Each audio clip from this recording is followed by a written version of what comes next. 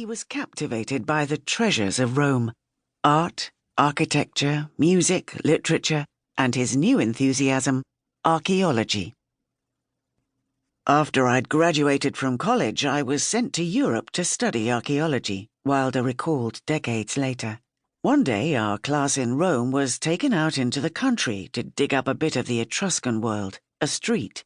Once, thousands of people had walked it. The rut was very deep. Those who have uncovered such a spot are never the same again.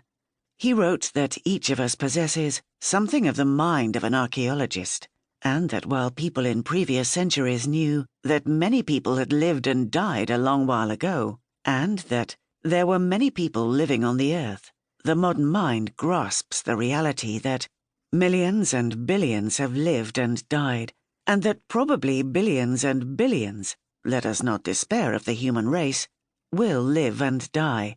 The extent of this enlarged realization alters the whole view of life.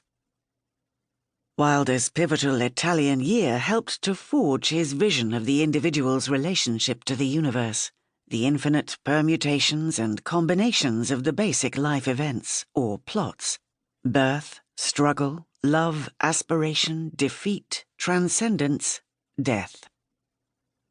"How perfect it is my being here," he exulted in a letter home from Italy in 1920. "How much happier a chance has fallen than a year in Paris or London or New York. Rome's antiquity, her variety, her significance swallow these others up, and I feel myself being irresistibly impelled towards saying of her that she is the eternal city." He wrote to his father that he wanted to develop a literary consciousness that took into account the artistic anxiety of the European and a new abundance and range of America. He said that his foray into ancient Rome evoked in him a new appreciation for the American experience.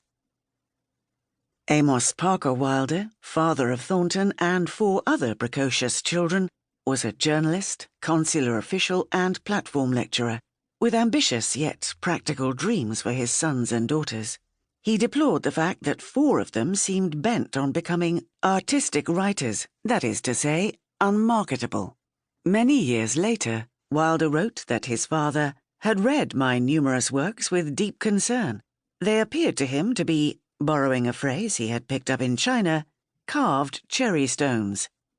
The Wilder children were well acquainted with this metaphor, for their father used it often when he sought to discourage their interest in writing.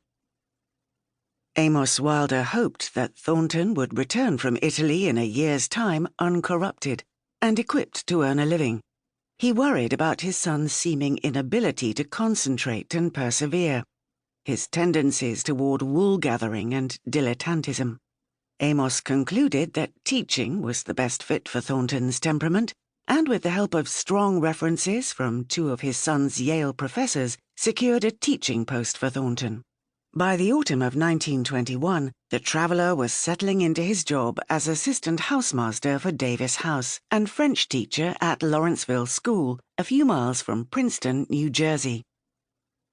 At night, his duties done, lessons prepared, papers graded, and young charges asleep, Wilder turned to his reading and writing. Years later, former students in Davis House recalled hearing Wilder's footsteps tracing a steady pattern across the floorboards as he worked on the novel and the plays he was writing after hours. He had rejoiced in his sojourn in the land of Virgil, Cicero, Tasso, and Dante. It was enough, he said, to set the imagination racing. As he worked on his first novel in his spare time, he was transmuting the Italian experiences, real and imagined, into art. Wilder's papers reveal some of the winding pathway from conception to completion of the novel, an imaginary memoir of a young American mingling with a small clique of privileged, eccentric residents of early 20th century Rome. He referred to his story variously as Notes of a Roman Student, Roman Memoirs, The Trastevere, and The Memoirs of Charles Malleson, The Year in Rome, among other titles. Along the way, Wilder experimented with characters and structure, with voice and style, even momentarily groping, like other writers of the time,